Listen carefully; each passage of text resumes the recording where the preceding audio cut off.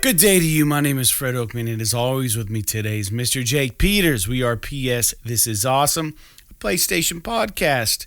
This is episode 250. This feels like a special episode, Jake. This is a show where we share our feelings about the current state of PlayStation. But before we get on with the show, I want to invite you all to subscribe to our channel on YouTube, youtube.com/PS This Is Awesome. You can visit us on Twitter at PS This Is Awesome. And if you want to make fun of our trophy list on the PlayStation Network, you can find me at anchorless_81 and Mr. Jake Peters at JakeSaw01. And as always, write us. You can write us at psthisisawesome@gmail.com. Yeah, we have a Gmail address. So you can just hit us up there. Nothing fancy about that. And don't forget to share the show with your gamer friends and make sure you leave comments on your podcast platform and rate our podcast.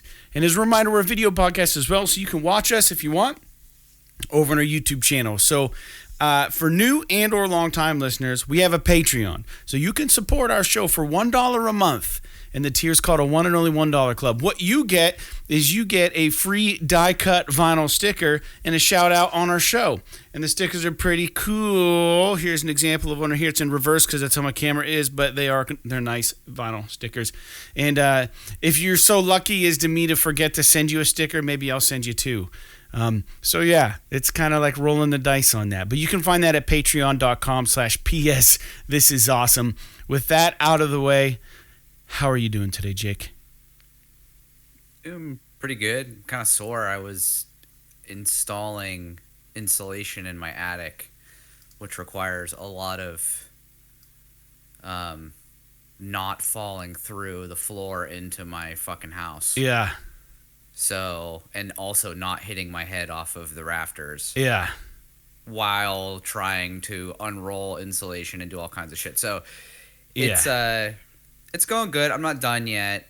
Turns out I don't have any lights up there, so once the sun went down, it was impossible for me to fucking do anything. So yeah, I quit doing that. But other than that, I'm doing pretty good. How about you? Yeah, man, I'm doing good. It's the weekend. It's already Saturday evening somehow. I don't know where the time goes.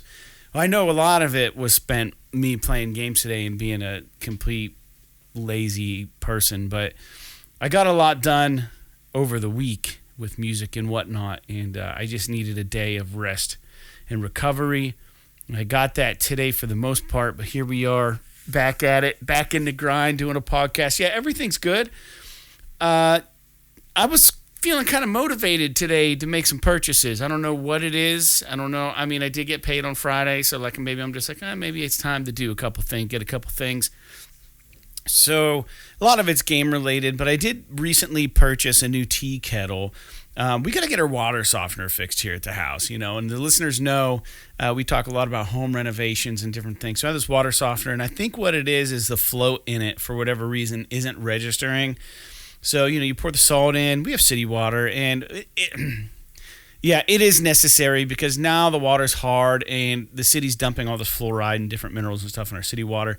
So a water softener just kind of will help a little bit with having the deposits show up in your water, right? Like if you have a coffee maker or whatever, you use it over and over and over again. You got to clean out with vinegar and stuff because you get these calcium deposits that just show up in your water. They're not harmful or anything, mineral deposits, but they will clog things. And over time, your pipes and stuff can get screwed up by not having the right water.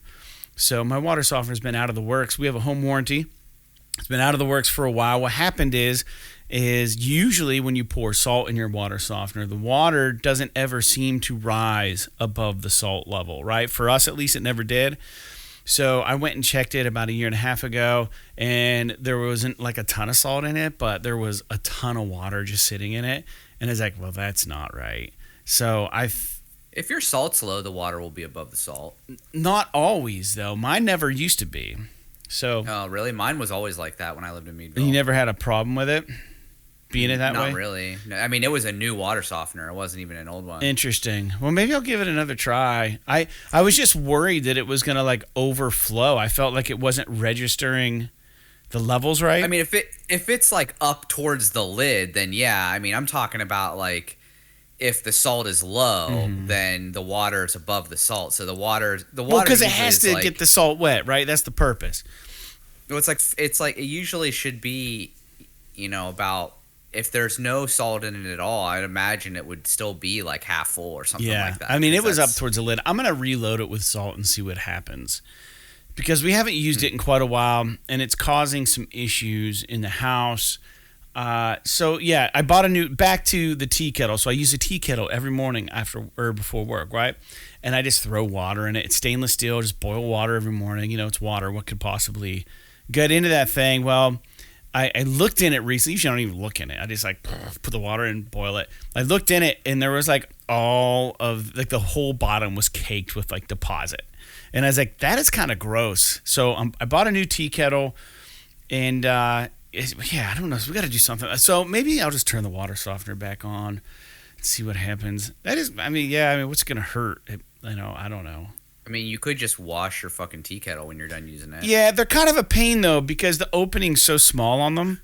You know what I mean? It's hard to get your hand in there. And, I have it sitting in Dawn dish soap right now. So I bought a new tea kettle. I'm really excited about that. I also bought some gaming-related stuff and maybe house-related stuff. We have stoneware. We like to use stoneware to cook our reheater pizzas on and stuff. And those little plastic scrapers that they come with always get banned or get fucked up somehow. So I bought a set of 7 for $8. So I got that coming. But I have some game stuff coming. But yeah, man, it's been a good weekend. Recording vocals for the One of My Land record. I have one song down. Man, I swear it's probably the best song we've written yet. And Troy just sent me a mix. He did some drums and did some guitar parts to the CYBERPUNK song we're trying to write to submit for CYBERPUNK, the expansion, the DLC. I will say it's not our greatest work, but it might be good enough. I don't know. But needless to say, we'll put it on the podcast once we find out what happens with it. But I'm excited for it. It's just a riff I had written, but I didn't do any vocals yet for it. And that is definitely on my to-do list because we have a cutoff. It has to be submitted by the 30th of November. So we're getting close. We're down to the last 10 days. So I got to figure out how to do some vocals. And I'll probably put some distortion on the vocals, do something kind of like that. But it's been a project. But Troy and I have been working so much on the One of My Land record. We haven't really been able to put a lot of time into this song, this riff that I have for Cyberpunk 2077. For those who don't know, we talked about it on an episode a while back. CD Projekt Red was looking for user-submitted songs for the soundtrack for their upcoming DLC. And if they picked your song, you could get $3,000 and have your song in a video game, which is more important than getting the money. But both would be cool, to be honest. So Troy and I are working together, but we're only working over the internet. I haven't seen Troy in a while now.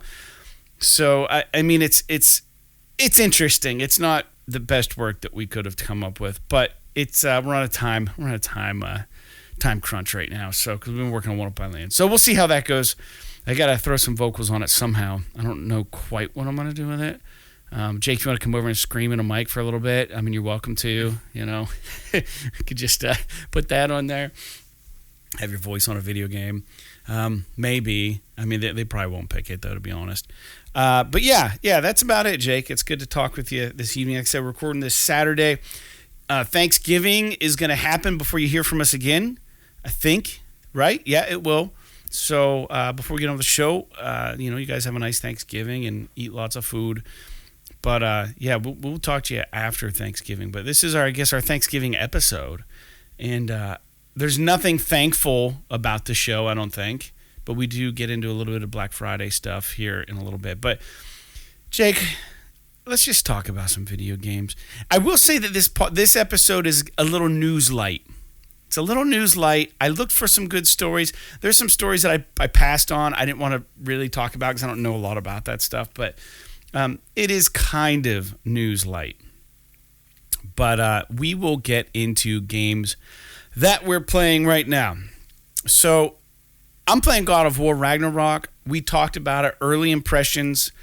I don't want to recant anything that I've said on the past episode on 249. I still think this feels like a PS4, or looks and acts, behaves like a PS4 game. However, I do like some of the things. They do some things with this game that they did with A Plague Tale Requiem. And that is you encounter characters, and those characters join you on parts of the journey.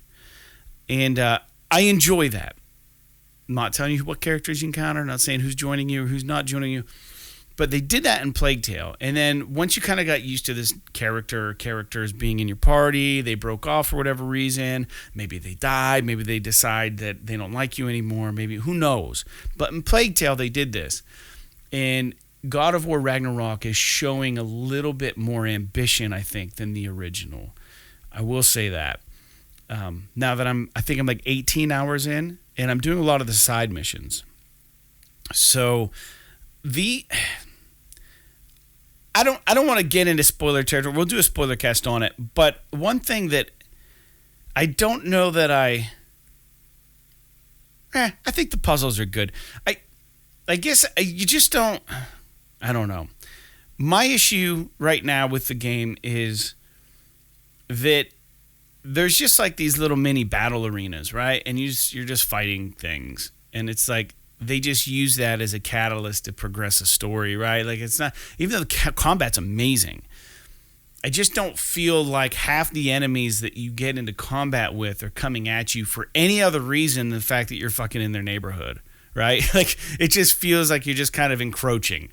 And they're like, oh shit, there's something that doesn't belong here. Let's fight them. You know what I mean? And it's weird, like, at least with like games, I don't know, a lot of random encounters in this game that are you just happen on these things. You don't feel like you're being chased down by anything or anybody, right? There's no immediate threat. There's no like somebody's coming to get you yet, at least yet. And you're just going to the different locations and you're bumping into baddies, and it's fun. It's fun. I will say I still like the game quite a bit. I have 18 hours in. I have been playing CYBERPUNK 2077. I will say with the latest patch and playing it on PS5, this game is a gem. It's fucking great. I'm loving this game a lot right now. I did Street Kid path, and I'm playing a female character. It's kind of fun. And if you haven't played CYBERPUNK 2077, wait till you get a PS5 and just play that version of it, because the haptics, everything, the trigger feedback and shit, everything just feels nice. I really like the game. And I've now played 2 rounds of Call of Duty Warzone 2, because that just dropped. I wanted to kind of get my fingers on that because it's free. And I did purchase PlayStation Extra for like $16, which will take me through May. So I downloaded, of all the options, I downloaded Wheel of Fortune, and I played a round of Wheel of Fortune, and I deleted it just because I could. And so I recommend PlayStation Extra. And I locked in a PSVR 2 pre-order, and I just picked up another DualSense controller on Amazon for $49.99, and I got the red one, the Cosmic Red. It was between that and the Camouflage. I went Cosmic Red. So yeah, they're running a Black Friday deal there. We'll talk about that later. So those are all the things. Ghost and Goblins is on sale right now for half off. I'm thinking about buying that, but I don't know if I want to buy it. But Jake, what are you playing? So I'm playing God of War. I'm about, 11 hours in or something like that. And it's still good. I'm still enjoying it. I don't really have a whole lot else to say about it. The only other thing that I've really been playing outside of God of War is I've been dabbling in a game called Pentiment. Oh, I saw stuff about this, yeah. It's a Microsoft exclusive game, so it's kind of hard to recommend to the PlayStation audience.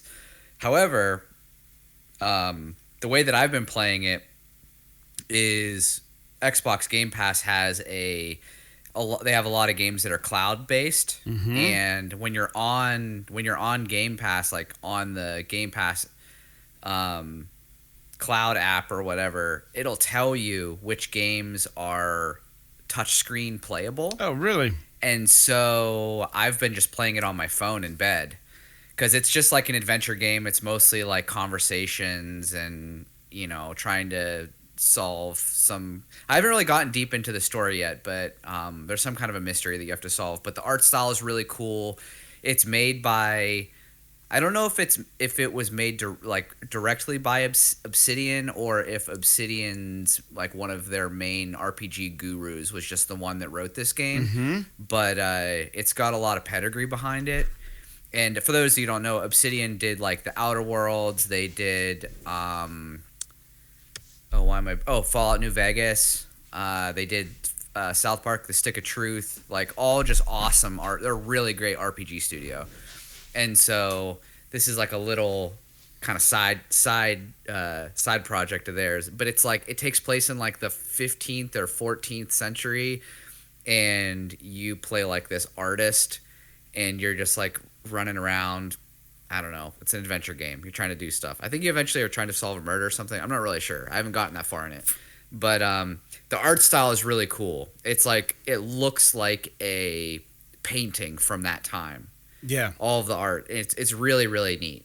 So I've been dabbling around with that. The one thing that I will say, and I know this is a PlayStation podcast, but dude, Microsoft's cloud technology is so much better than PlayStation's. It's fucking embarrassing. They have so much more money. I know, but PlayStation was there first.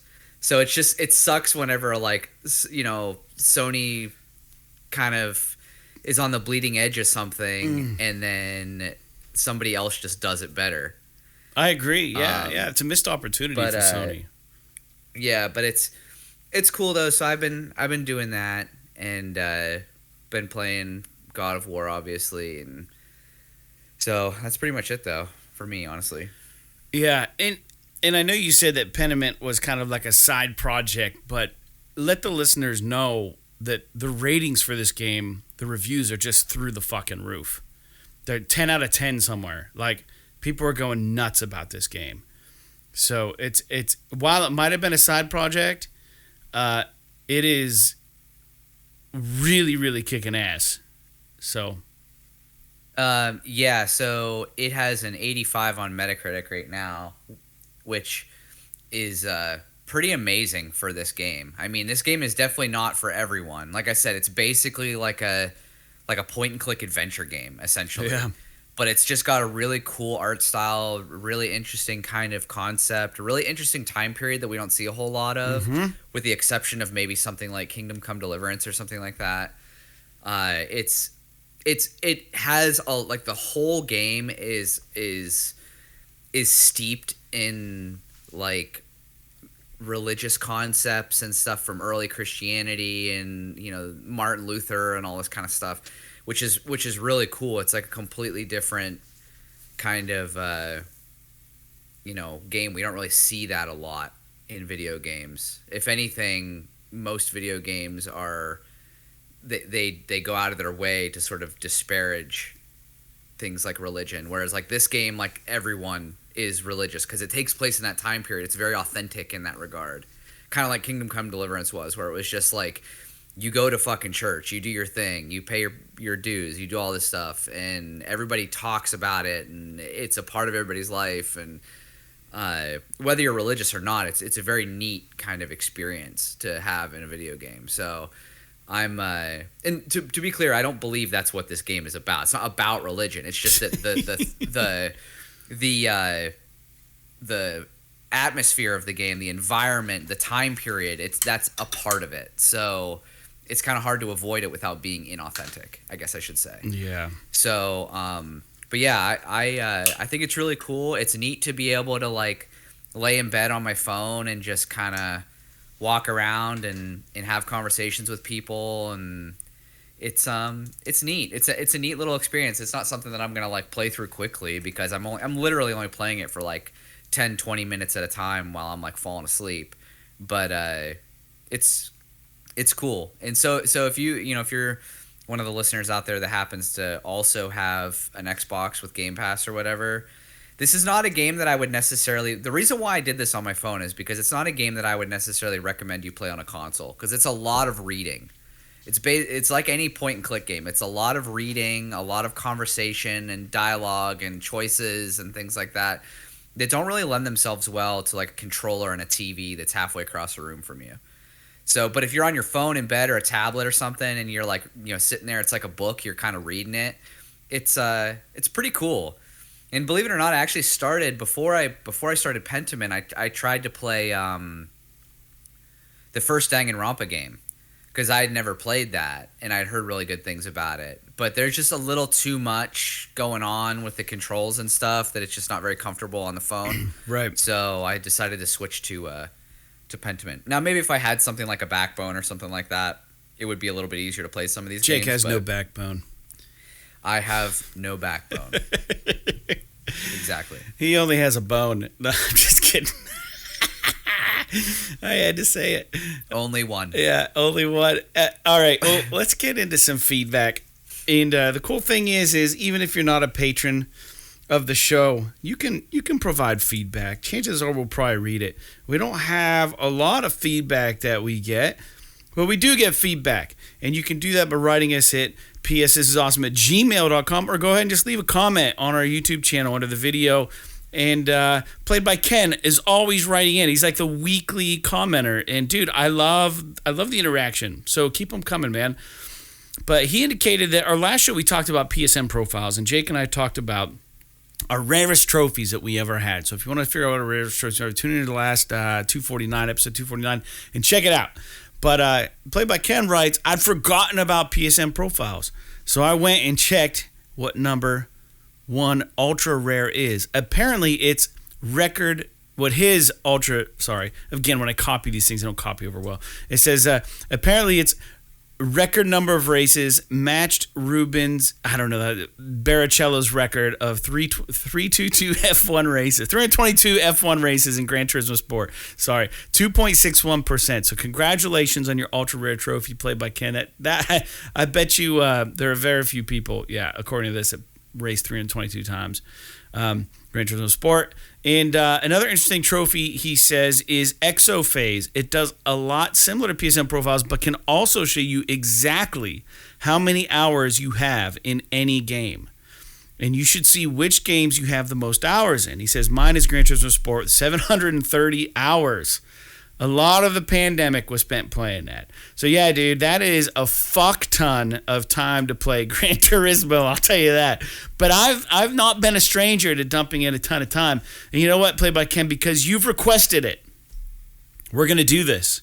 We're going to talk about our most time invested games. And I wrote this down. So we have it here on our notes right now. So, Jake, how do you want to do this? I don't even know. This could probably come as a surprise to you. It's in the show notes. I didn't tell you I was doing this. Yours doesn't surprise me, your hours. So there, I will, immediately after reading this, I have two sort of kind of initial comments. One is that you play a lot more games than I do. Oh, yeah, for sure. Two is that, which is not necessarily a big deal. I just don't have that much time to play, which is unfortunate. But I also get sucked into games. I get sucked in the gravitation. And conversely, or on the flip side, I get antsy when I play games for too long. Yeah. So I used to be able to sit down and play games for like fucking 8 hours, but I get to a point after a couple hours where I'm like, I gotta fucking get up and do something. Well, let's be fair. You also do ice hockey in the winter, and I have no winter activities. So all my hours that's true. Are like logged in the winter time when I'm just hibernating. That's true. The other thing is that I'm pretty sure that this is not 100% accurate, but I'm willing to engage in the conversation because I think that it's accurate enough in terms of like the types of games that we play and how many hours we put in. Yeah. So I think that it's an interesting exercise for sure. Do you want to do just the first 5 and give honorable mentions to everything afterwards? Because I put our top 10 each. How do you want to do this? Because it doesn't need to go on too long, but we should talk about it because it is an interesting episode 250. You know, considering we have 250 episodes in, you figure at least an hour an episode. We've got well over 300 hours of content on this podcast. So this is a nice correlation. We can just talk about, you know, the top 5, or even if you've got a specific, we can just go back and forth to just say ones that we obviously have specific comments we want to talk about on it. How about let's not go into crazy detail about these games until we get to 5. I'll give 10. So here's the first thing that I want to ask you. Yeah. Is how the fuck did you put 240 hours into Dragon Age Inquisition? Yeah, That's what I want to know. I did sure. How did you? How is it possible? Dude, I did. Sucks. I'm 100% sure that I did because it came out when PS4 came out. It was my first PS4 game, I think. I remember. Oh man, that's so many hours. Dude, I mean, crafting. I think I had like 80 or 90 hours in that game, and I never finished it. It's a long ass fucking game. I can't imagine putting 240 hours into that game. That's insane. Well, I fucking beat the shit out of it. I guess. But 5 times over apparently. Yeah, and I have nothing good to say about it in hindsight. We're always ripping on Dragon Age and how I didn't like Inquisition, but yeah, I was surprised with this number, but it brought back fond and kind of nightmarish memories of playing that game because it drove me fucking crazy. All right, so I'll just start with my number 10. My number 10 is Fallout 4 at 135 hours. Jake, what's your number 10?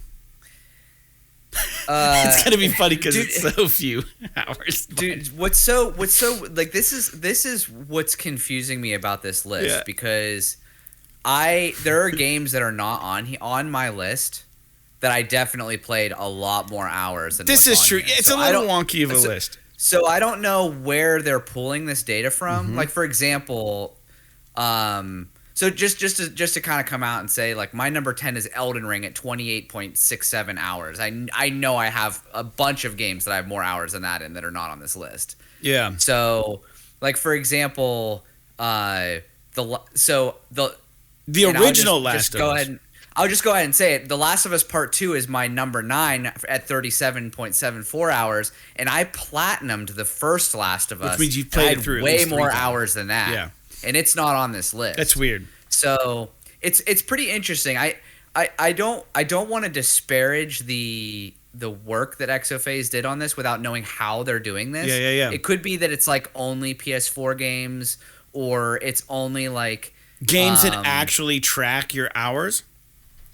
Or it could be that, or it could be like based on when you achieved your first and last trophy, or there could be a number of things that are technically accurate based on how they're doing it, but maybe not necessarily accurate in terms of total hours played. Because I don't know how they're tracking it. It's kind of interesting. It does seem like there might be a gap here and there for you for sure. Now mine I will say looks pretty damn accurate, although I'm surprised that there's no Uncharted in my list. I've platinumed all the Uncharteds.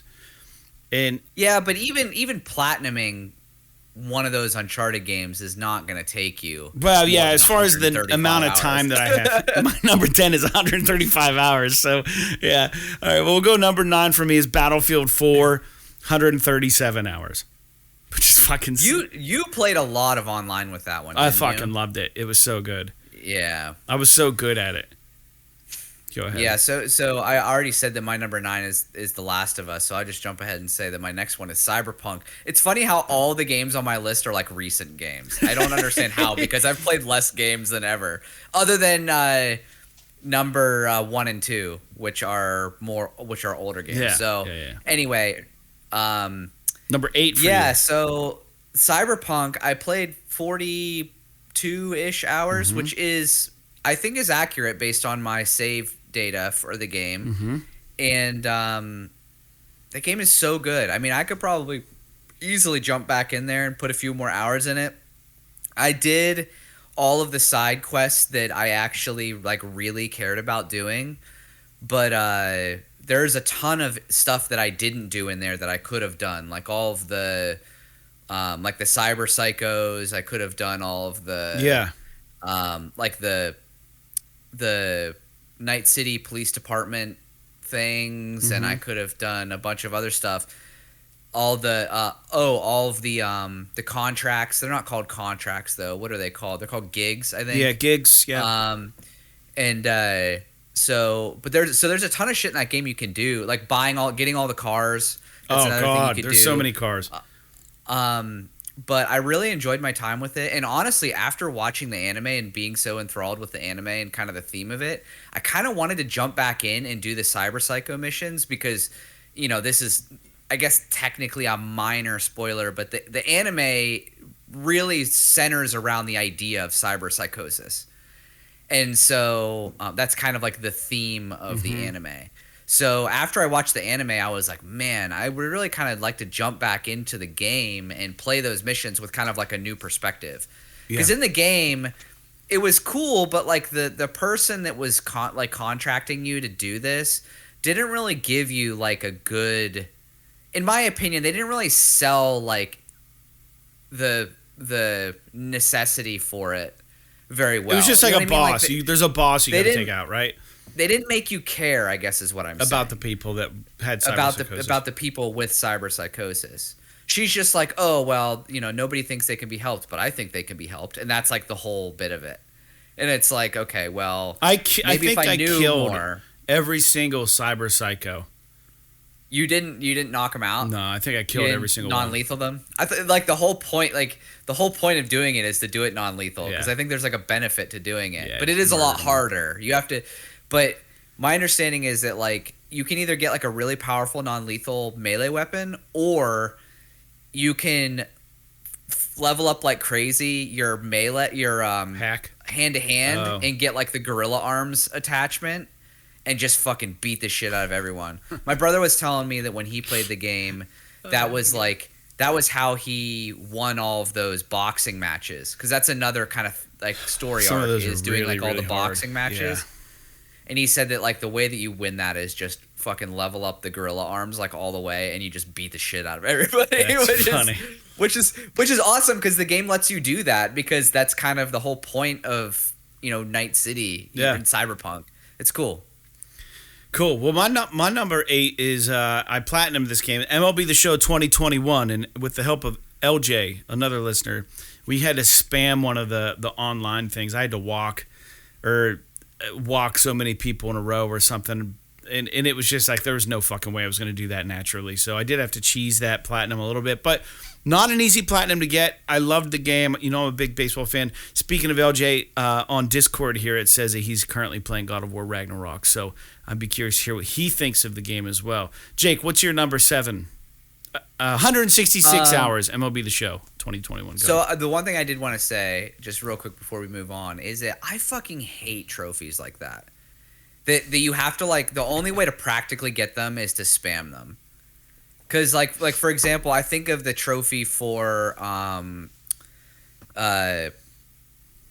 in the original Ratchet and Clank, there was a trophy for collecting 1 million bolts. And the only practical way to do it was to exploit a glitch in the game. I remember this, yeah. To get 1 million, you like literally had to do this. You had to like go through a wall and like get onto the fucking hoverboard track. Yeah. Like when you're not in the hoverboard race, and then you walk under this area, this set of boxes, and as long as you're not looking at them, but you use like the cannon that sucks things up. Yeah. It'll break the boxes and the bolts will just fall indefinitely because it's a glitch in the game. And you literally have to sit there for hours letting your thing just suck up the bolts in order to get 1 million bolts. It's like fucking insanity.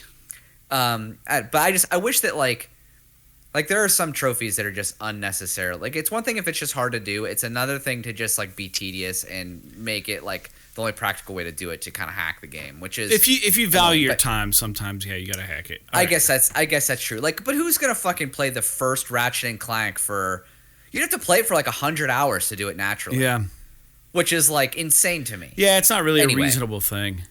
Yeah, but anyway, what's your 7? So my number 7 is Returnal at 42.4 hours. Okay. And I will say that I was hot and cold on Returnal before the game came out. Until finally I was just like, because I am not a roguelike person. But Returnal is so fucking fun to play. that I just got hooked on it, and I had to beat it. And like once I beat it, I found out that like I didn't have the true ending, and I had to go back and like essentially beat the game again to get the true ending, because I there's hate like games these. that do that. Well, I mean, it wasn't like fucking Nier Automata though, where you have to like literally play the whole story 3 times in a row. It was once you get like to the end of Returnal, you can beat the game in like 45 minutes. Yeah. It's not like it's a big deal. You just have to find the like moon pieces or whatever the fuck they are, the sun pieces, to get the key, the car keys, and then it just basically unlocks like the final cinematic or Fair whatever. enough. But so Returnal. Yeah, but that game is so fun. The shooting is so responsive. They have like a tower or like an endless dungeon kind of mode for it, like a high score mode for it now, which is so cool because it is Housemarque and that's kind of their bread and butter. I haven't gone back and played that though.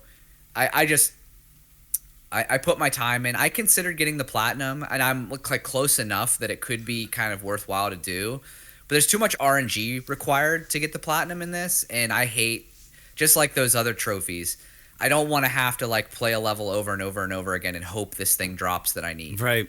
So like it's that part of it's super annoying. Plus, I've been out of it so long that I'm pretty sure if I tried to get back into it, I would suck at the game, because it is one of those. It's like one of those arcade games that you have to like practice to be good at it. I get it. But another game I'm surprised that you don't have on here is Resogun, because like you played the shit out of that game. I have a shitload of Resogun. Yeah, Your account must be messed up or something, because mine looks legit. Like this honestly, my list looks like it's totally believable. Sure. I don't know. That's weird. Okay, number 6 for me, Metal Gear Solid 5: The Phantom Pain at 183 hours.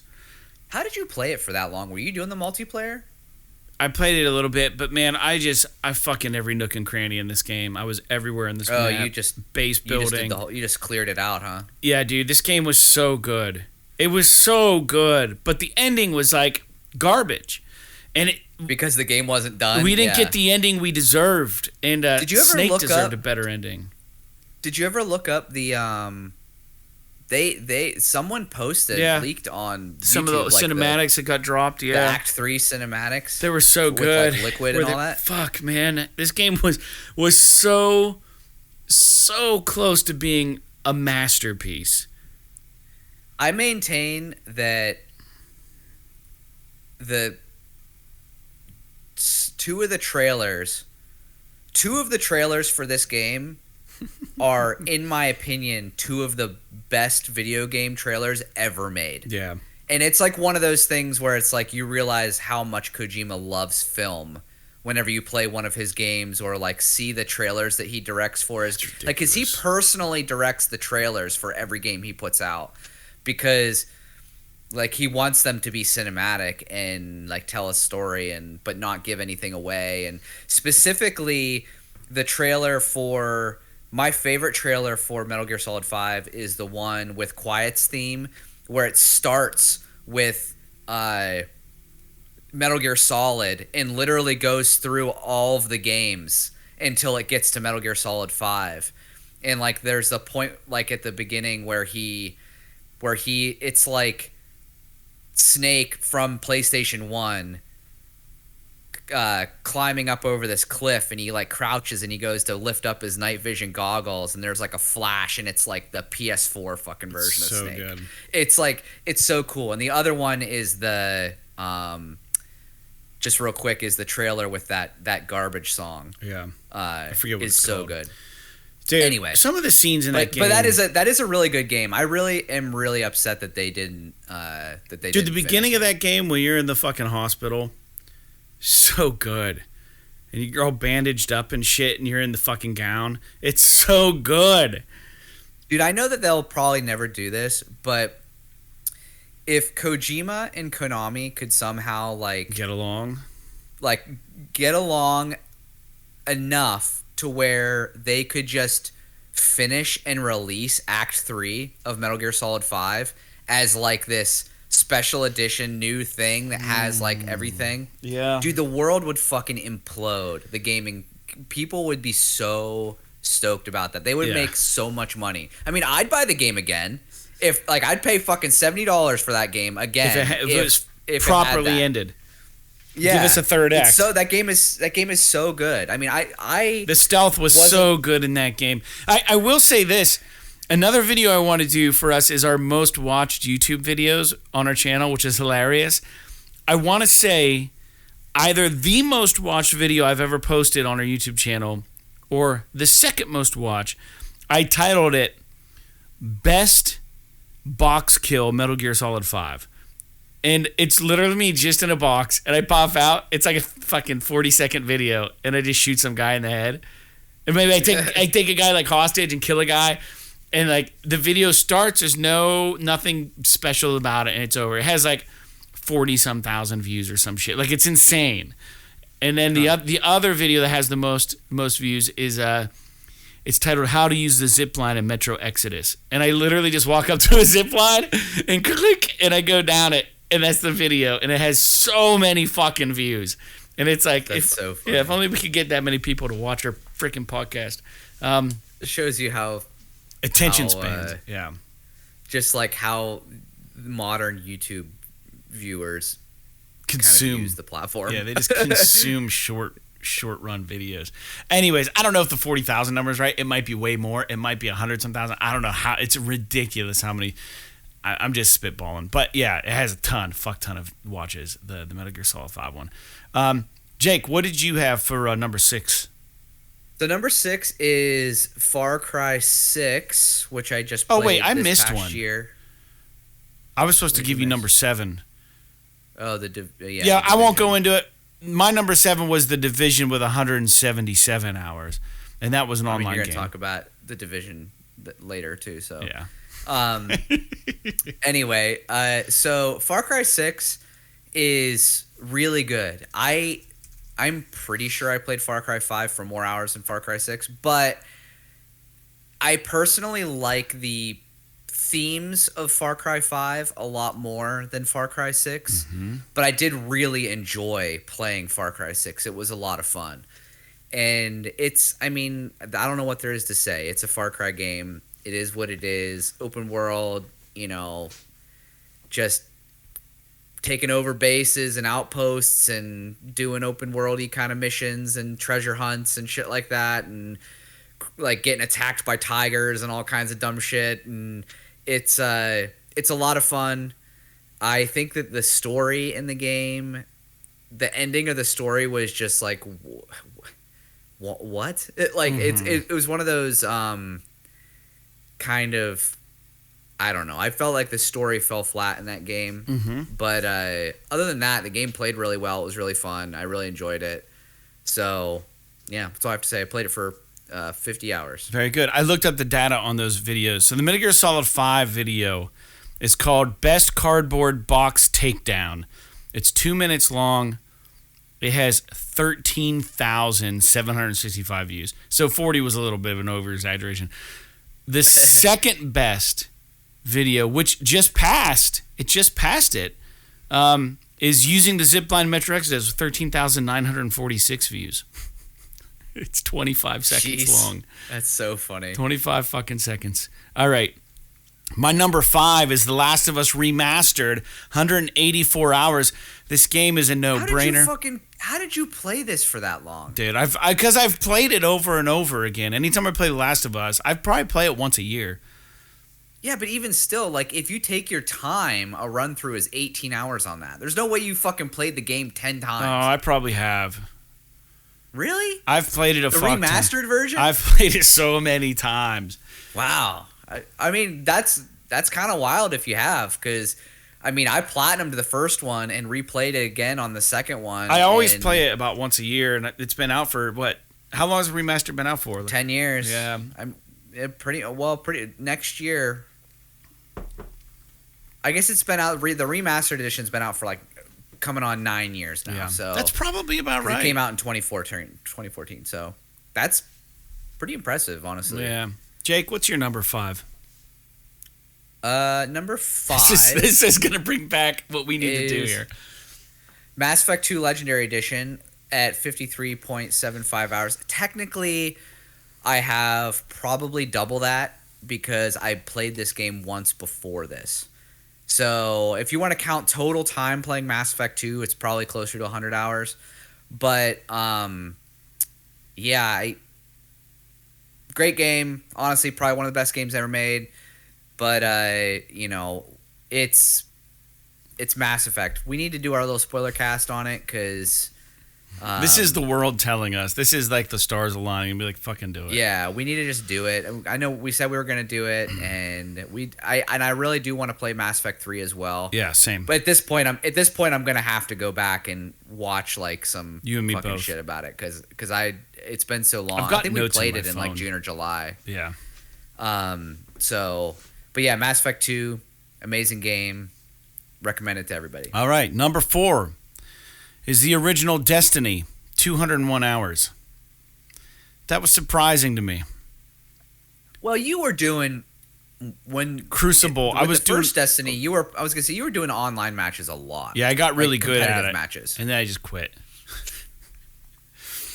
Yeah, I think when they released the expansion for Destiny or something, like I was like, I'm out. Like I got screwed on the vanilla copy. Like I'm done. I'm not doing it anymore. That's when I quit. They almost had me.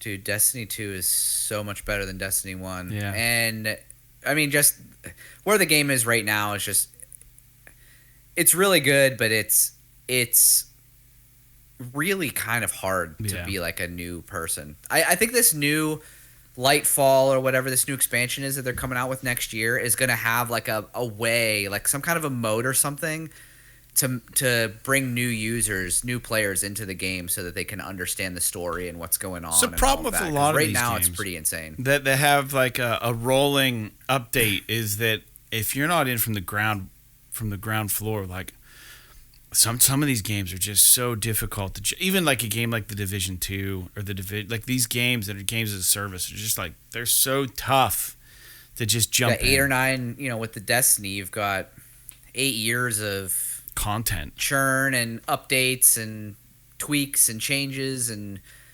expansions and all kinds of shit. So yeah, it's pretty wild. All right, what's your number 4, Jake?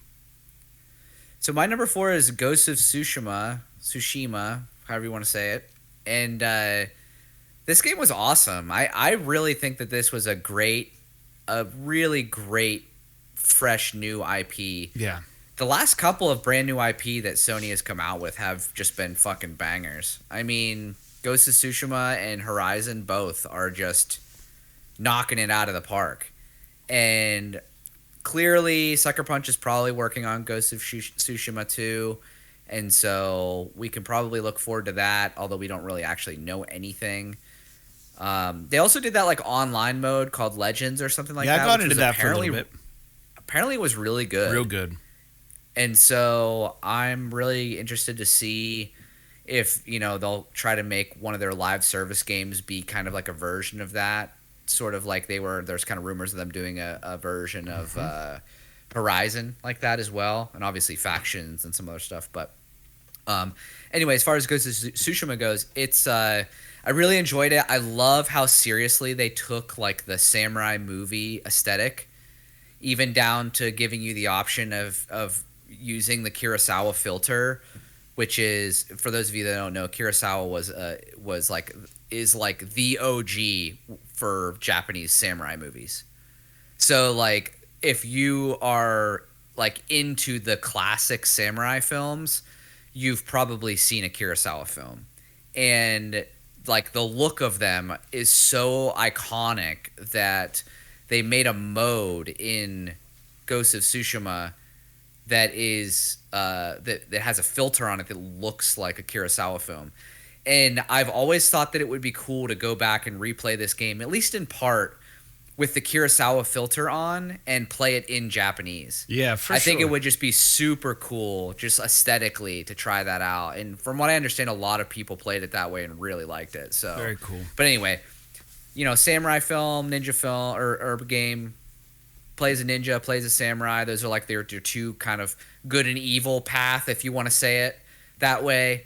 But all said and done, great game. Especially loved like the duels. The duels were so fucking cool in that game. Can't really go wrong with Ghost of Tsushima. What a freaking classic already. It was made to be a classic.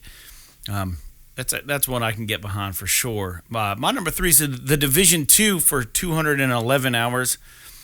This game was fantastic. This game was so good, and I'm kind of disappointed to see the way that Heartland visually is appearing to shape up. Like it doesn't look like it has the same spirit behind it, like the same energy, the same development team. I know the Division 1 and the Division 2 were very special games, and we're lucky to have had them. If you got into it, I mean, they were really, really good.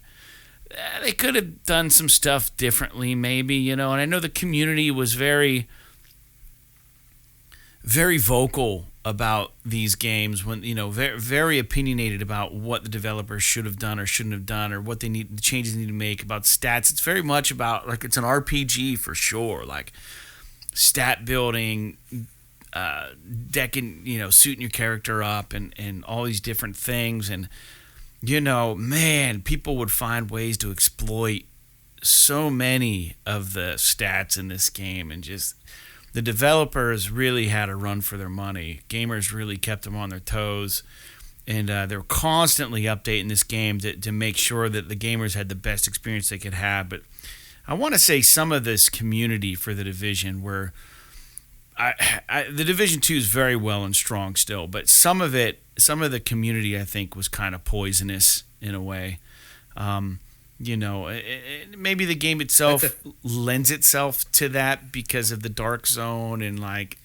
Dude, the Dark Zone is fucking brutal. Yeah. That was like the one thing that I played it and I was like, nope, not for me. Can't do it. Not doing it. Yeah. Won't do it. It's just the whole concept of the Dark Zone is fucking ganking people. Like, it's just, that's the whole concept behind it. And there's very very rarely, unless you have a private party, is there camaraderie in the Dark Zone. You can never go solo in the Dark Zone. You're just never going to find anyone that's going to help you. Yeah, you're just going to you're going to find a bunch of shit, and then someone's going to kill the shit out of you, steal it all, and take your extraction. Yeah. Like, it's so the Division, it's pretty insane. So the Division itself is an online game. It's a multiplayer game. You can play it by yourself, play the story through by yourself, level up by yourself. Or you can do it with just people that you find out and about on the streets, right? And form up, squad up, and do these story missions as you level your character. But there's a whole separate multiplayer zone called the Dark Zone. And essentially it's just like uninhabited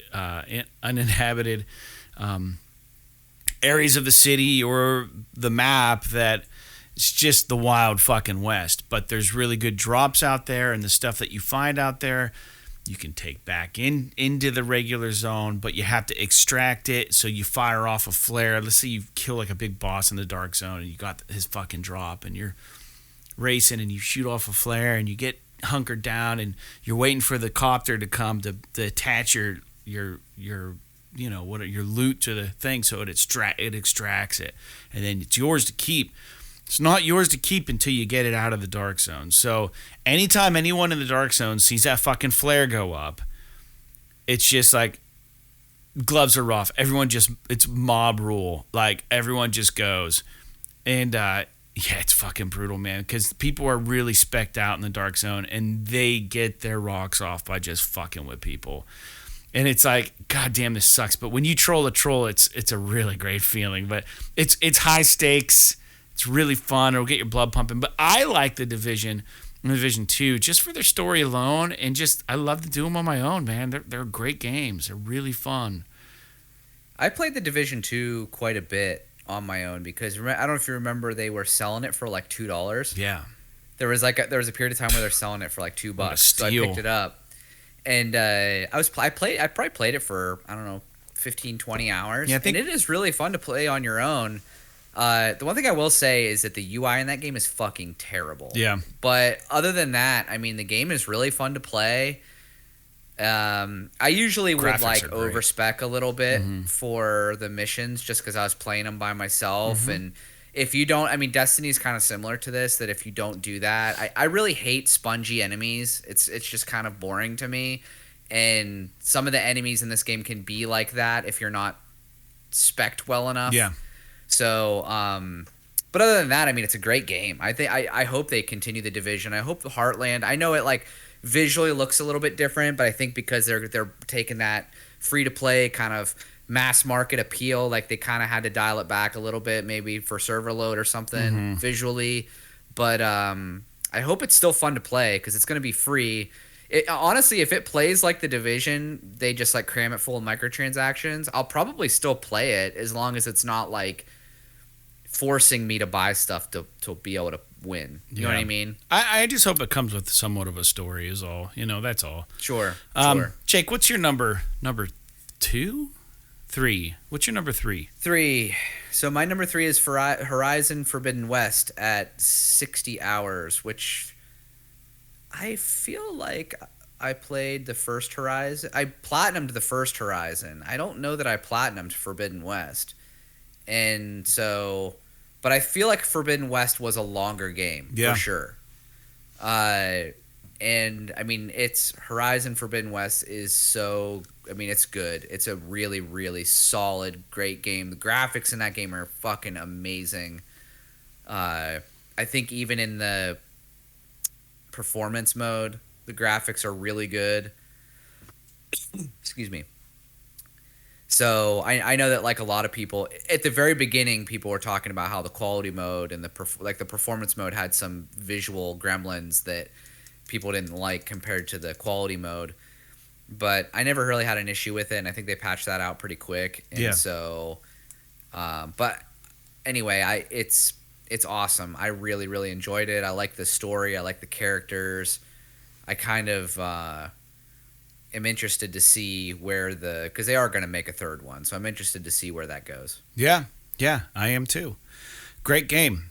My second one, we already talked about it, was Dragon Age Inquisition. This game came out on PS4. When I got my PS4, I want to say, it's just one of those games I wanted to play an RPG. I wanted to play a long game that had some teeth to it, a lot of story to it, a lot of lore to it. It was my first Dragon Age game. I hated the combat, but I loved the story, and I loved the crafting and the leveling up and all that stuff. And I tried to make like the ugliest character I could have possibly made, and I regretted it like, hour 200 into it because I just kept looking at this dude. I was like, there's no way, I guess, sure. But I mean, like, he looked so goofy. I don't even know why I did what I did, but I stuck with him the whole way through. And 240, pretty much 241 hours, Dragon Age Inquisition. Not a bad game if you can stomach the combat and the shitty controls. But overall, the world itself is awesome. The characters are awesome. The character classes are great. The story's fantastic. They just really fucked up the gameplay in this game. It just wasn't great. So it could have been way better. Hopefully, they had that whole mechanic too, where you had to like gather resources before you could go to the next story mission that made the game way longer than it needed to be. Yeah, they had some weird. That was honestly for me the biggest thing that broke it. I hated having to go do all this side shit just so I can complete the story. Yeah. And honestly, the combat wasn't that fun compared to Mass Effect, which is, they're both BioWare. Yeah, they released a DLC for this game, Inquisition, that I never purchased and played, but I would be curious just to go on YouTube and just watch the whole story through, because I bet you Dreadwolf picks up somewhere in the same story, but it's all kind of canon. So, yeah, I don't know. We'll see. This is making me, this and the anime that's coming out on Netflix, seeing that I put this much time into the game, there must have been something to it that I actually liked. I don't know. I'm not going to jump back into it, but maybe I'll watch some YouTube videos of Dragon Age Inquisition and get the rundown of the whole story and get a refresher. And maybe I am kind of excited for Dreadwolf. I don't think I am, but I'm starting to question my own reality right now, I think. Jake, what's your number 2? So my number 2 is Immortals Phoenix Rising, which was a surprise success for me. I don't know why. I mean, I've never been big on like other than Far Cry, I've never been big on like the open world Ubisoft kind of aesthetic. It's just, or like style. Yeah. But for whatever reason, this game, I think it was just a combination of the kind of cartoony nature of it with the humor, coupled with the fact that it was all boiled around the Greek gods, but it was like in a very sort of like tongue-in-cheek kind of manner how everything went together, culminated with the fact that like the story, while everything is very humorous, there's also like a really dark kind of tone to it a little bit, and the gameplay was really fun.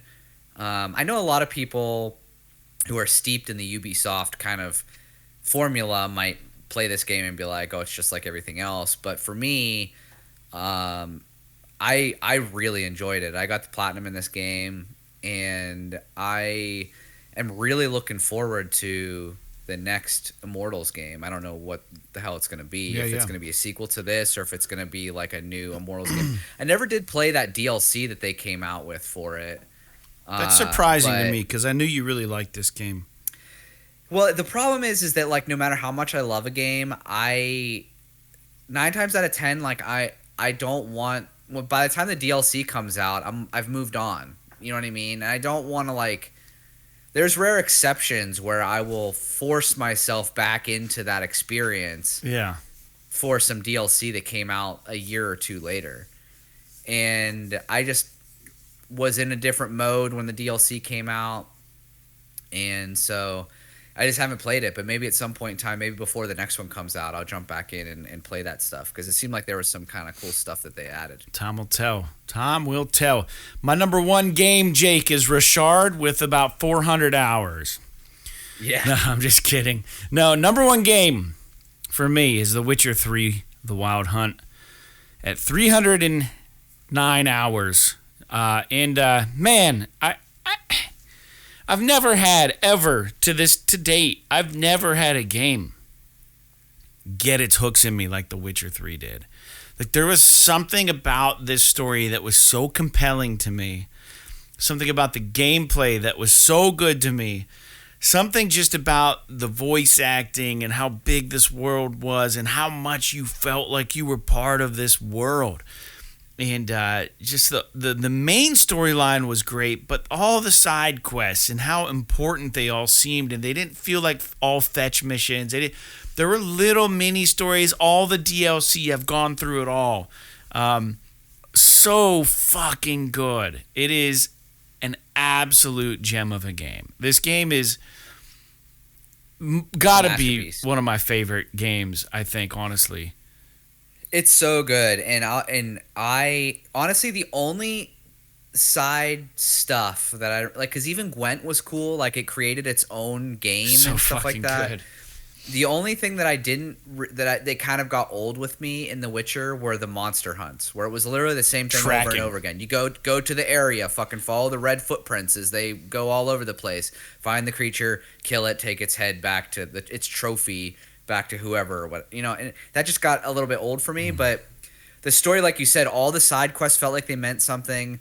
The DLC were both really good, although I would argue over and over again that I think the story of Hearts of Stone is better than the story of Blood and Wine, even though Blood and Wine was like, quote unquote, the big expansion where it had the whole new map and all of that kind of I agree with you. Jazz. Hearts of Stone was amazing.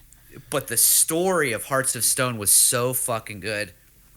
And I just think that these guys at CD Projekt Red, while they may struggle to put out a game without bugs, they are master storytellers. And I cannot wait until the next game that they come out with, just for the sake of being able to consume their stories. So good, man. Just thinking about The Witcher 3 gets me excited. Just, man. Like, I don't even know. Like, I would play this game and time would just fucking disappear. Like, I would just be playing the game. And it was like anything I had to do, like, it could wait, like, until I fell asleep and woke up the next day. Like, I would just plow through this game. And I couldn't wait to see what I was going to discover. All the different monsters, all the different potions and shit you can come up with. Dude, it was just so good. All the voice acting. I can't go on enough about it, so I'm just going to shut up about it. If you haven't played The Witcher 3 and you're at all interested, dear God, do yourself a favor and get it. Jake, what's your number one? So I will say that even though I, on a whole, have played a lot less games than Fred, my number one game has quite a few more hours than Fred's number one game. And that is Diablo 3, which I have logged 358.63 hours in Diablo 3. Yeah. And this does not include the time I put into it on PC before it came to console. So I mean, for obviously I love this game. It's so good. It's so much fun to play. I got the platinum in it, and that's actually where a majority of my time came from, is that the platinum in the game is really hard to get. You have to the one trophy is really tedious. You have to do like 500 in adventure mode. There are like these missions or quests or something that you have to do, and you have to complete 500 of them, which takes for fucking ever. So, that takes a long time. But and now they're mostly short. But if a quest takes 10 minutes to do, or 5 minutes to do, but you have to do 500 of them, that's a lot of time. Yeah, it is for sure. So obviously I've logged a lot of hours there. I still occasionally will jump back into this game and like start a new character and just play it, to the end. I'm not a big end game guy. I've never been a big end game guy for any of these online type games where it's all about min-maxing your character. Right. Destiny's a lot like that too. I'm in it for the journey, not so much like the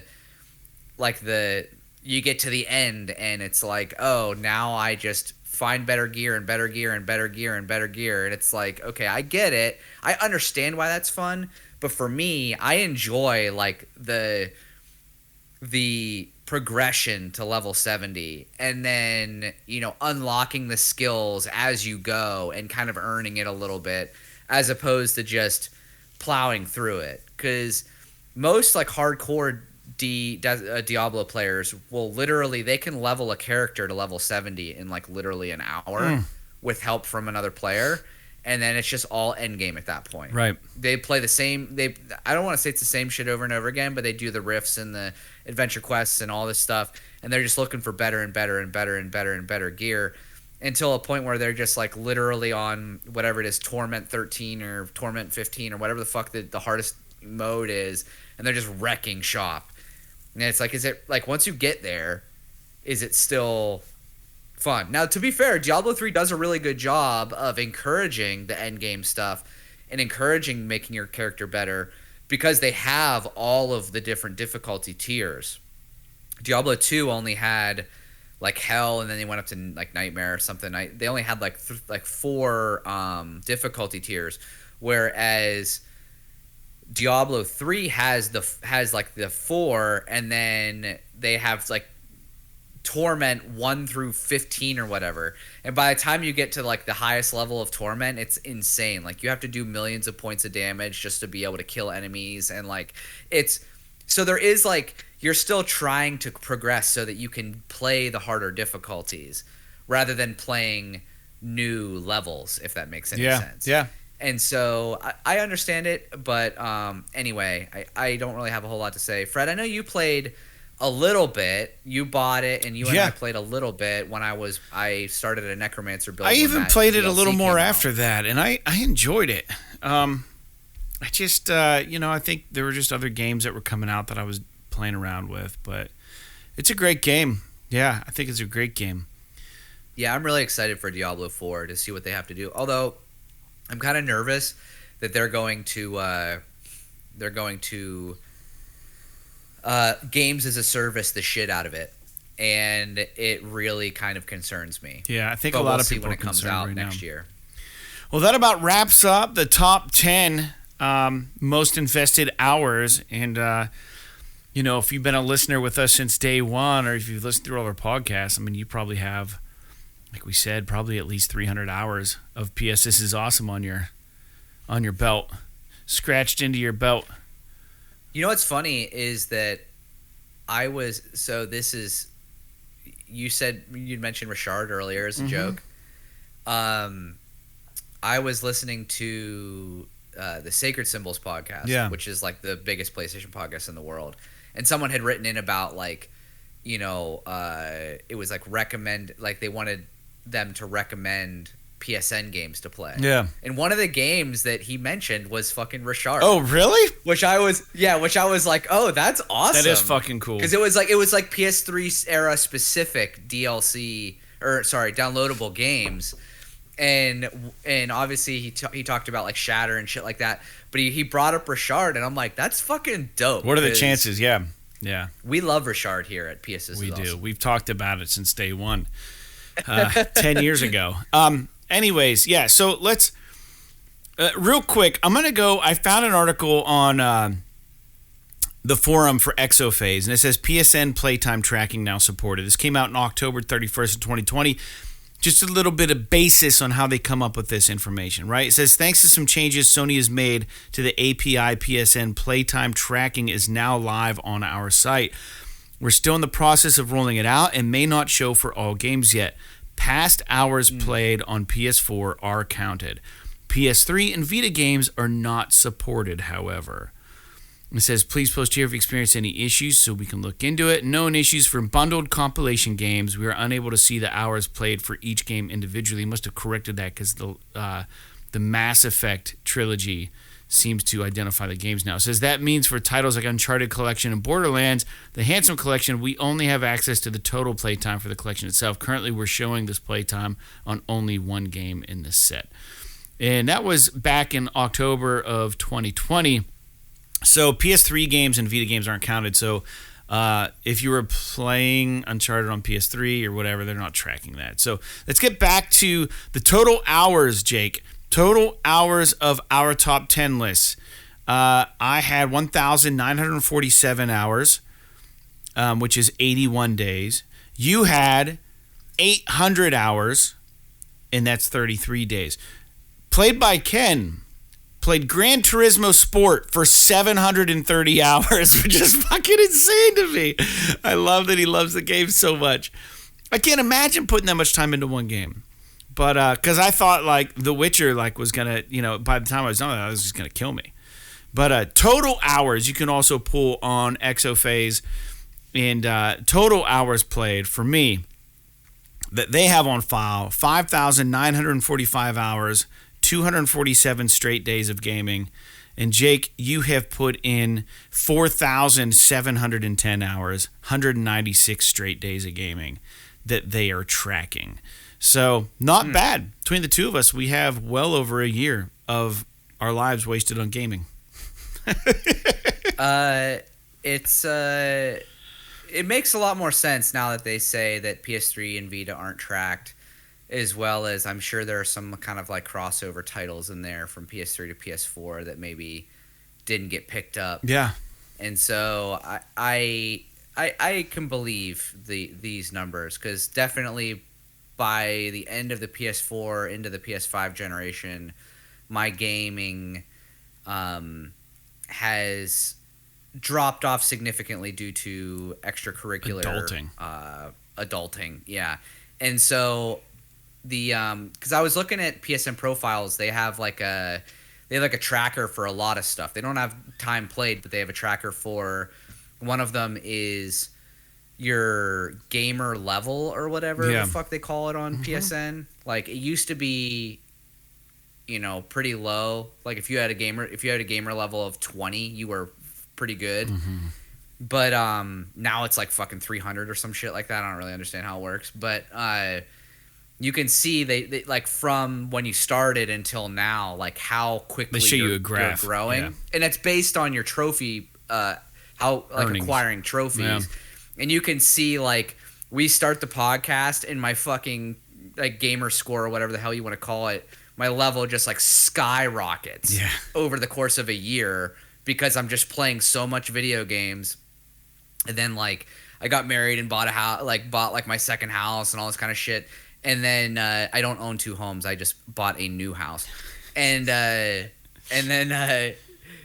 it just like that didn't necessarily plateau, but like the rate of growth has kind of tapered off. So it's cool. Like I love that this data exists because it really allows you to reflect as a gamer, and it's pretty neat, to be honest. Yeah, and I was going to say one last thing before we get into the news, and it would seem, Jake, that we both have a favorite single-player game. I would say yours is Diablo, mine is The Witcher 3, right? According to this, the game that we invest a lot of time into. I wouldn't necessarily sit there and say that it's my favorite single-player game. You've spent a ton of time with it. I would say that it would the lists indicate that we both prefer single player games. Sure, if that makes any sense. But it does split a bit, my friend. A lot of my games turned out to be online games. Games like Battlefield 4, The Division 2, Destiny, whereas most of your games, Jake, were all strictly single player. So for you to log 180 hours on a single player game is just like very difficult. Now, I know you don't play a lot of online games, so that might be why your numbers were a little bit lower too, because you don't dive into the It could very well be. I mean, the game that I played the most online was The Last of Us on PS3, which obviously is not on this list. Didn't track it, yeah. And and even that, I played a shitload online. For me, a shitload, and that was about 50 hours. And that's nothing compared to people that play like Call of Duty and stuff. They're playing way more online than we are. Or at least I am. Yeah. So, but yeah. Well, like the listeners know, we like to do quizzes once in a while. Over at PushSquare, they have these quizzes. Jake, you and I have a lot of cumulative time playing PlayStation games, apparently. So how about we give this our best shot and see if we can get a perfect score for once in our lives. So we're going to go to issue number 21 on PushSquare, and we're going to take a quick test here. And the listeners can tune in as well. Also, listeners, let us know what your most played game is. I'd be curious to see. Write in. Let us know how many hours you have on your top track time. You can go to exophase, I guess, .com is what it is. So question number 1 is your general knowledge quizzes. Before it was remastered as Tactics Ogre Reborn, what was the subtitle of the original Tactics Ogre? Was it War for One and All, Let Us Cling Together, Swords of Deceit, Spears of Envy, or Fate's Cruel Forge? It was Let Us Cling Together. Correct. Good job, Jake. I didn't know that one. Indeed. In BioShock Infinite, what's the name of the large bird-like creature that guards Elizabeth? Is it Edelweiss, Grimhawk, the Iron Crow, or Songbird? I believe it's Grimhawk. No, it's not. Songbird. It's Songbird. It's Songbird. Correct. I got Grimhawk confused with Horizon. I believe that's close to like one of the Hawks' name in Horizon. Which of these characters is not a boss enemy in Resident Evil Village? Is it Mother Miranda, Carl Heisenberg, Lady Dimitrescu, I don't know how to say her name, and then the Duke? The Duke is... Well, I think the name is pronounced Lady Dimitrescu. I don't know why there's a U at the end. Okay, fair But enough. yeah, isn't the Duke the merchant? Yeah, I don't want to spoil anything. In the DLC, he kind of turns on Rose. So, it's relevant to the quiz here. I don't know. I mean, I don't know who Mother Miranda is. She's definitely an enemy. I would say go with your instinct. I think the Duke is probably the right. I'm going to go Duke. Duke's correct. That's a very tricky question because if you've played the DLC, you'll know what I'm talking about. Yakuza Like a Dragon parodies Pokemon by categorizing enemies as Locket Monsters, Ryamon, Sujimon, or Bentomon. So I have this game installed, but I have not played it, so I don't know the answer to this. I assume it's one of the Mons. Something Mons. So just take a wild stab at one of those. It's probably Sujimon. Go with that. Got it! Yes! Nice. Ugh! Dude, we were on the way. We're going to make a perfect score here. Who is the main playable character in Rockstar's PS2 title Bully, known as Canis Canem Edit in Europe? Is it Peter Kowalski, James Hopkins, Gary Smith, or Nico Bellic? It's not Nico Bellic. I was gonna say it's not Nico. I've never played this game. I haven't either. I've heard it's really good, but I have not played it. So I would assume it's like the most generic white guy name. So probably like Are you the bully in the like game? James Hopkins.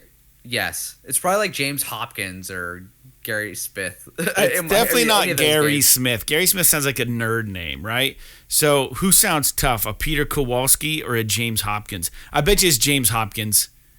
You good with that? Go for it. Yep. Yes, dude, we got it. Unbelievable.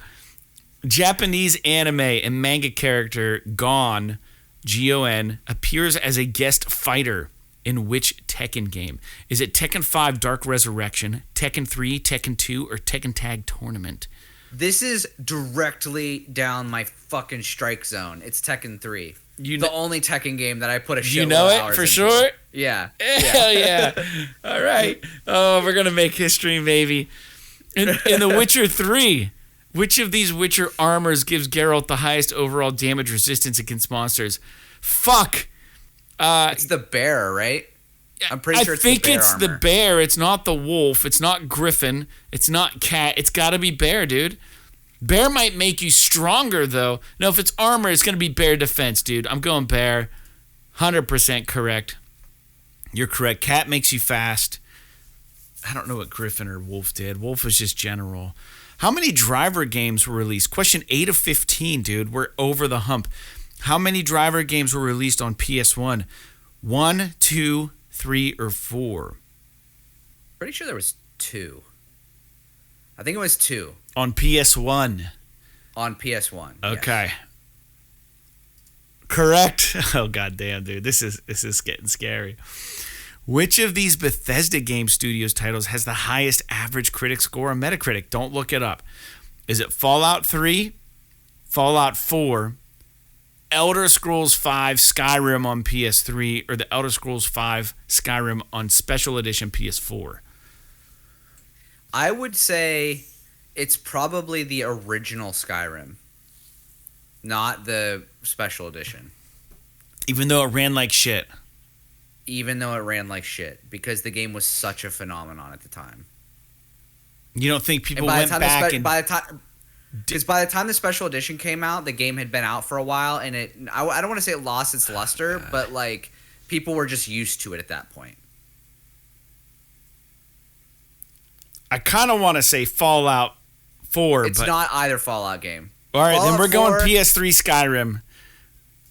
Yes, yes. Because Fallout, I could hear an argument for Fallout 3, but it definitely would not have been Fallout 4. I can't even believe that game was a step back. I can't even believe if we get 100% on episode 250, it's like a fucking stars were written this way. Transformers War for Cybertron and Transformers Fall of Cybertron were both developed by which studio? Is it High Moon Studios, Sledgehammer Games, Neversoft, or Beanox? I think it's Beanox. I think it's High Moon. Fuck. I'm pretty sure it's High Moon. I'm going to trust you on this. Trust me. I'm pretty sure it's High Moon. High Moon is correct. Why did I think it was Beanox? Doesn't matter. I don't know, to be honest with you. We got 4 left. Question 11 of 15. What kind of game was PS3 title Pure? Was it a visual novel, a football/soccer sim? Was it a rhythm game or a racing game? Oh, fuck, man. I bet you it's a racing game. Racing? Yeah. All right, you're right. How did you know that? Because I just remember, I don't remember anything about the game, but I remember the game coming out. I can't, if we ace this, I'm going to lose my shit. All right, how many Darksiders games have there been on PlayStation consoles as of 2022, not counting remasters? 3, 4, 5, or 6? Pretty sure it's 4. I was going to say 4. I don't remember a 5. I know there's a 4. I'm pretty sure it's a 4. I think they might be making a 5th one. Because I think there were 3 Darksiders before THQ Nordic bought it, and then they released one. So I think there's 4. I definitely know it's more than 3, and I don't remember a 5 or 6 ever seeing that. I know I've seen Darksiders 4 on the PSN. We're going to go 4. Yeah, motherfucker, we got it. All right, 13. Who voices Aloy in Horizon Zero Dawn and Horizon Forbidden West? Is it Emily Rose, Jeremiah Lay, Jennifer Hale, or Ashley Birch? Ashley Birch. Dude, we are question 14 of 15. It's going to be some bullshit. Which of these games does not have an animated adaptation or tie-in? Shenmue, Mass Effect 3, which we know does because I have the anime, Final Fantasy 15, or Sekiro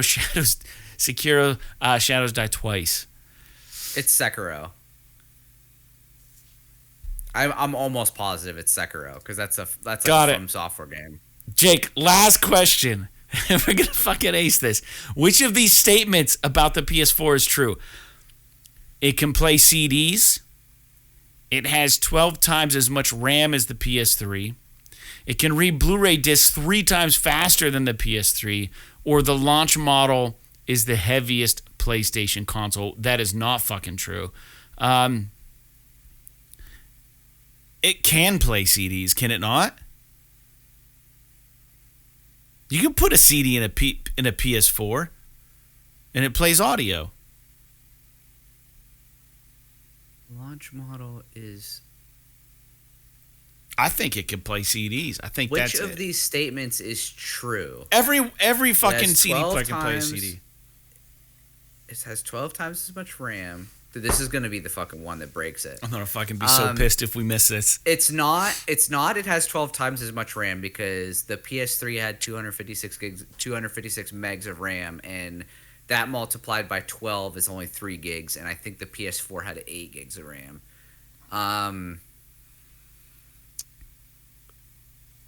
The PS3, did the PS3 have a Blu-ray drive?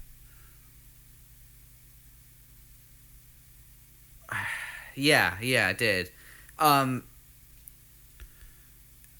pretty sure it might be. This is like an educated guess, but it might be that it can read Blu-ray discs 3 times faster than the PS3.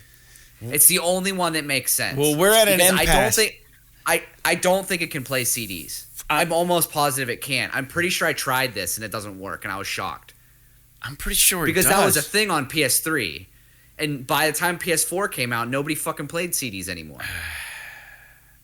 It was like one of those things, like it just like they just left it go. Like you couldn't put a you can't put a PS1 disc in your PS4, but you can in your PS3. You can put an audio CD in this, dude. It's got a media player. It doesn't have a media player? I do not think you can put an audio CD in your PS4 and make it work. Well, we know it's not the heaviest PlayStation console because the PS5 is.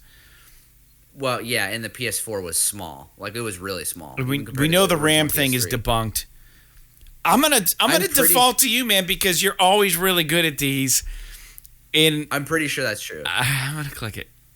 It can read Blu-ray. Oh, got it. First 15 out of 15 on episode 250. The PlayStation 4 can read Blu-ray discs 3 times faster than the PS3. Give it up to Jake.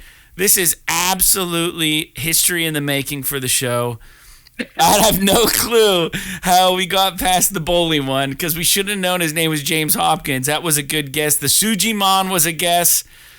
The Duke was a tough one. Songbird was easy. Let Us Clean Together was fairly easy because that was all verifiable. So, Driver, 2 episodes. Elder Scrolls Skyrim. I don't know if we just got... Dude. I don't know if we just got lucky on this one. But to me, this quiz seemed to be fair, the easiest. It was fair. Well, we didn't have any of those really random ass questions in it that were like. We just went down memory lane. Like, what's the fucking Metacritic score of this game? Yeah. It's like, well, fuck, dude. Congratulations. Good on you. Thank you for your help, man. If you're listening to this episode, that is the way to kick off the news for episode 250. Moving in to the next news point. Man, that feels really good. We can't do better than that. We should just stop doing the quizzes. We've done it. Probably. We should probably stop while we're ahead. It's like every time I don't leave a basketball court until I make a shot, and then I don't take another shot, and then you just leave. That's how you walk away feeling good. All right, so the next news point is No Man's Sky is coming to PSVR 2 free at launch if you own No Man's Sky already. So I believe it might just be a free title. I didn't understand the way this was worded, but I spent $5 and got No Man's Sky at Walmart because it was in the clearance bin, and then that was when it was real shitty. And then they're like, "Oh no, we're gonna keep supporting this game," and then like you can't find it for $5 now. Best $5 I ever spent on a video game. More importantly, we discussed there's a kayak VR game that was really, really getting great reviews. The developer of that game, Kayak VR Mirage, has come out and they said we are targeting launch date for PSVR 2, and I'm all the way in because I did pre-order a VR 2. Jake, you did as well, right? We should probably make that be known. Yeah, I did get one. So I don't think it's not like the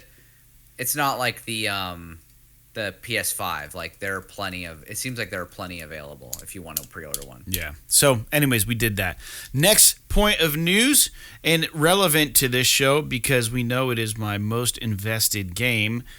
The Witcher 3, The Wild Hunt, PS5, the version. It's coming out December 14th, and we're going to be getting more details very soon. We know there's going to be some details. They're going to incorporate some of the Netflix series into this as far as maybe character models or something.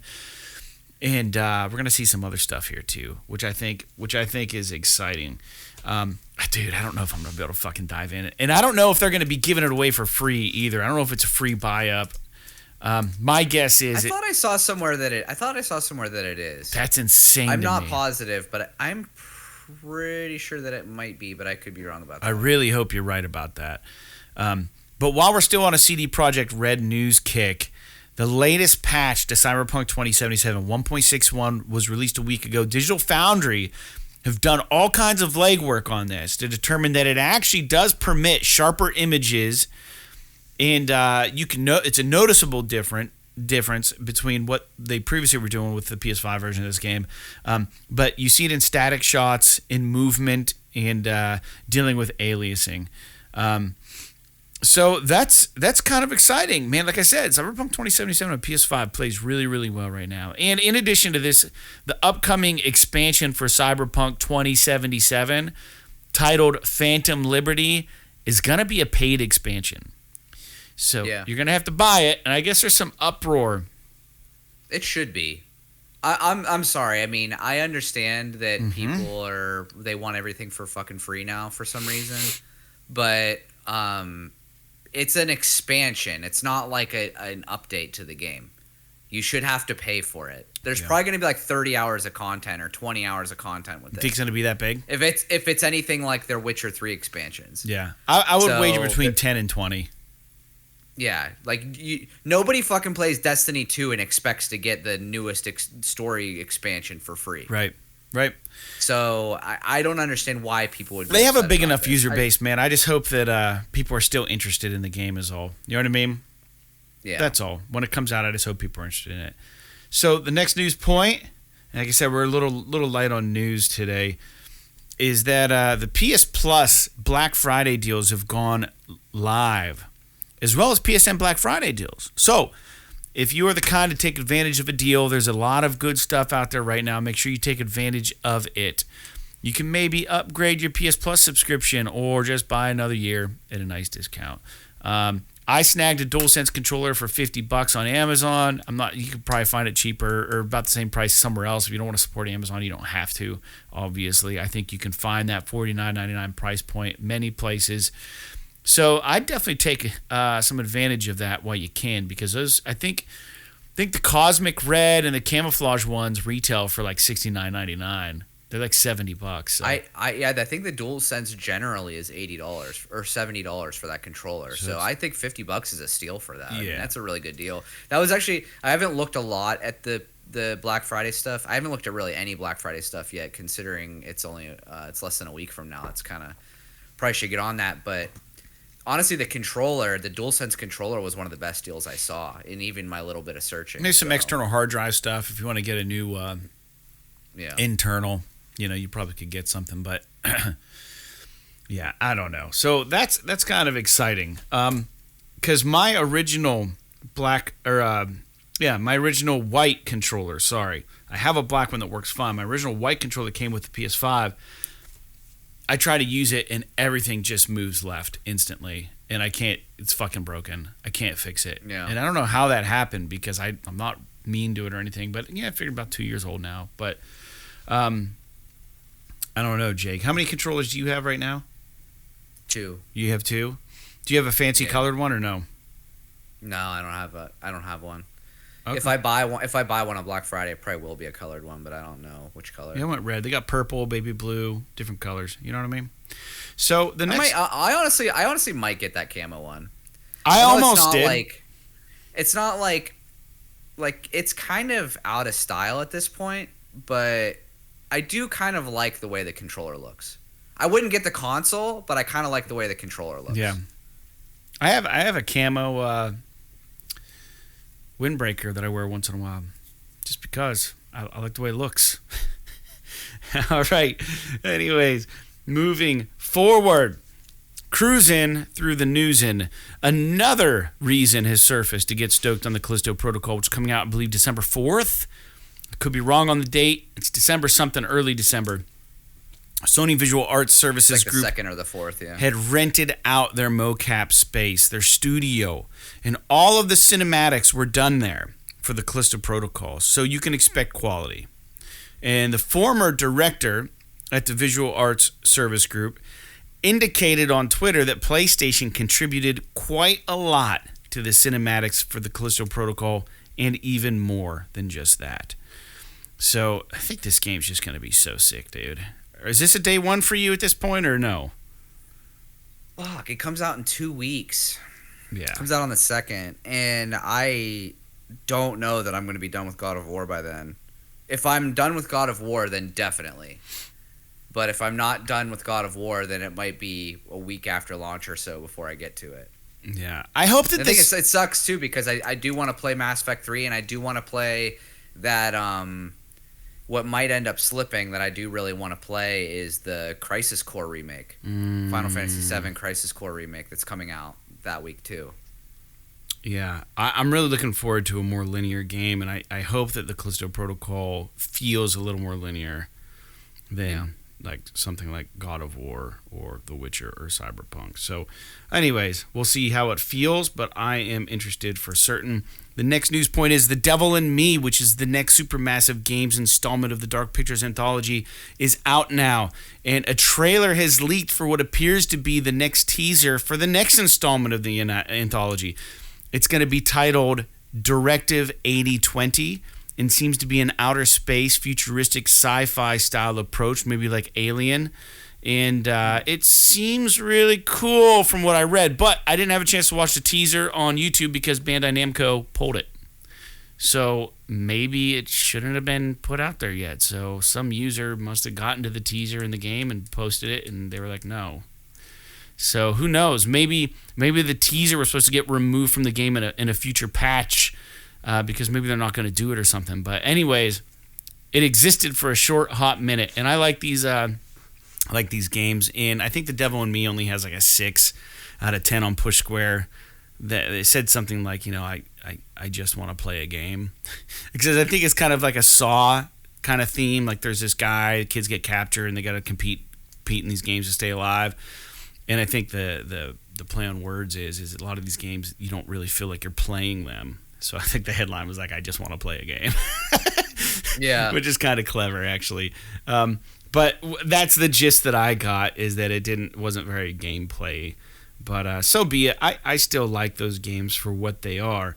The next news point, I'm just jotting down these timestamps, and is that Splinter Cell, the remake for PS5, very much early in the works, early in the pipeline, I believe, but Ubisoft had the balls to share some concept art with everybody. It looks pretty dope, but as far as I'm concerned, just put it away till you're ready to show us something that actually matters, Yeah, this is one of those. This is one of the games where I really don't care until there's something to actually show me. Yeah. So I just wanted to talk about that. Let you guys know that was a thing that happened this past week. The next thing that happened, for anybody who's interested in the Legacy of Kain series, we know Crystal Dynamics has had some, a lot of shit's been going on with studios getting purchased and losing IPs and getting IPs and doing stuff and being ownership. Anyways, long story short, they indicated that they heard the fans loudly and they're going to continue to update all the fans on the what-if possibilities ahead for Legacy of Kain. So, I don't know what that fucking means, but I wouldn't be surprised if, because there was so much outpouring about this. I've never played a Legacy of Kain game, ever in my life. Yeah, I don't understand why they're doing this. Like, why, just announce that you're making a game or don't. I don't really understand the whole point of what this is, other than just trying to drum up some community interest, which I guess I can understand. But it's like, even if you do get people interested, if you haven't even started making a game yet, there's going to be no interest by the time the game comes out. Right, they're going to fucking forget about you. They're going to move on. So you might as well Grand Theft Auto 6. Yeah, you might as well just wait and then say we've got a game, even if it's 2 years out or something like that. At least give people a chance to stay interested in it and not shit out some stuff on, Insomniac's been doing with the Resistance tweets and stuff. Fuck that, man. Where just put it out. Yeah. Just either say you're doing something or don't. Give me Resistance 4 in VR, please. I would be satisfied, honestly, with just a Resistance 1, 2, and 3 remaster on PS5. Could you imagine how cool, though? Not to cut you off, how cool those weapons would be in VR? Would be pretty neat. They're good games. Great games. Sure. Great games. Last news point for the day. And again, sorry for the weak news this week. We can't control what happens out there. I just kind of picked the things I thought would be interesting to talk about. And arguably the best subscription service that Sony currently offers, best bang for your buck, is the PS Plus Extra, right? Not the Essentials, the second one up, which I just bought into. It was described by Shuhei Yoshida recently as a best of collection. And he states, when we transitioned from the old PS Plus to the new PS Plus, we looked at the whole catalog of games that were included in PS Now. And we didn't just move these games to PS Plus Extra. We completely revisited that list, and we tried to create the best of collection of high-quality games from indies to AAAs. So I believe over 100 high-quality games are available in the PS Plus Extra tier now. So it is a nice list of games. It was funny because on my wish list, I had Callisto Protocol. I had not Hades, but Dead Cells. I had Guardians of the Galaxy game that you played. I had all these games on my wish list. And I'm looking at the cumulative total of what those games would cost for me to purchase. And I bought up to the PS Plus Extra. Now, it is $100 a year, but the buy up for me was only $16 through May because my PS Plus Essentials had ran so long already. So they prorated. So for $13 now I can get all three of those games and hopefully beat them by the end of May. And then if I don't want to up again, which I probably will at this point, they got me. But Jake, did you buy up? Do you have extra or no? You don't. Yeah, I do. You do? Yeah, I've had it for a while. What do you think of it? You think it's the best of the three options? I think it's the best of the three options. Yeah, I don't see anything to compel me to pay the extra money for premium. I agree with that. I'm not going to stream any of the games because Sony's streaming service sucks real bad, and there's none of the classic games that are able to run native have much interest to me, and they're not updating it very often. So yeah, I don't know. And for me personally, and I think for most people, the extra tier is the way to go. Yeah, it feels good to me right now. There's enough on my back catalog that kind of scoops up. You know, I'm not a crazy hardcore gamer. I don't have every game I've ever wanted to play, so it is a nice option. So I'll take it. I'll take it for sure. It's like an extra like $20-$30 a year or something from the essentials. So let's get into the new games that are coming out. It's going to be another decent week, I think, for games being released. So the new games are November 15th, which already has come and gone. Do Not Open on PS5, Inertial Drift on PS5, Rocketio maybe on PS5, PS4, Siberia, The World Before. There was an old game called Siberia on PC that I fucking loved. I don't know if this is a thing, but TMNT Shredder's Revenge on PS5. That's a big one. Wasn't this already out, or was it just the PS5 version? This is the PS5 version. Okay. I believe. And then East Lacrimosa of Dana, PS5. I hate pronouncing those games. November 16th, Call of Duty Warzone 2.0 came out.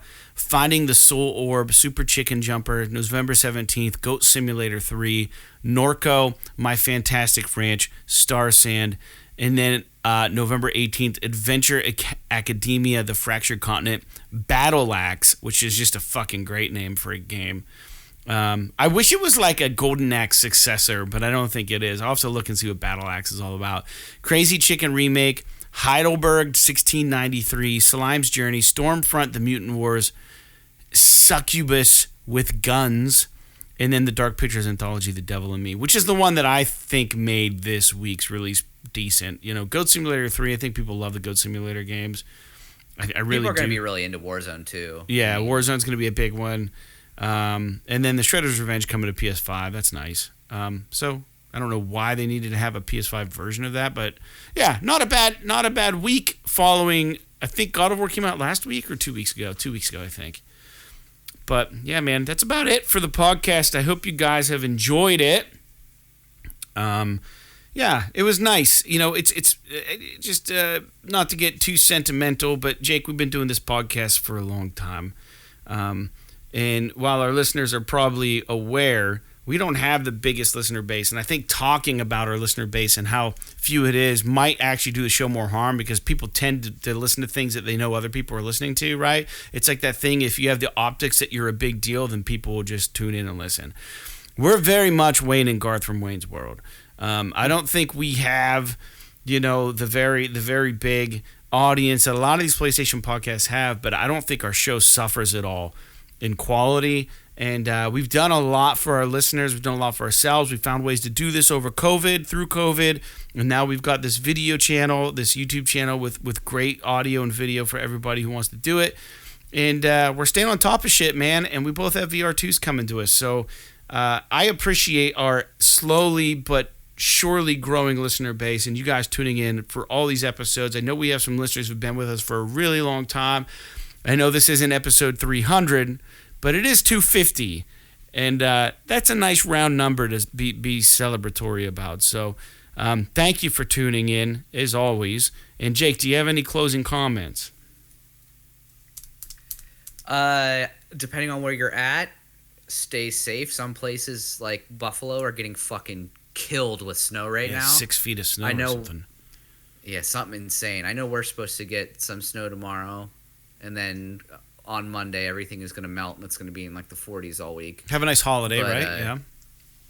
But it's going to be a good week, good holiday. I'm looking forward to having a couple days off work. I haven't been able to take some time off in a while, so pretty excited, getting into a good time of the year. So yeah, that's about it, pretty much. Yeah. Well, thanks again, listeners, and we'll be back next week. I don't know when, but our episodes air every Monday.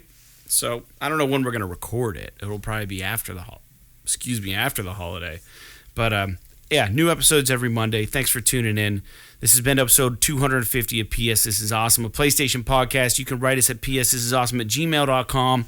Come meet us next week and listen in on episode 251. We'll be there. We hope to see you there. So like Earth Defense Force 6, Elden Ring, and Evil Dead the Game. P.S. This is awesome. This is awesome.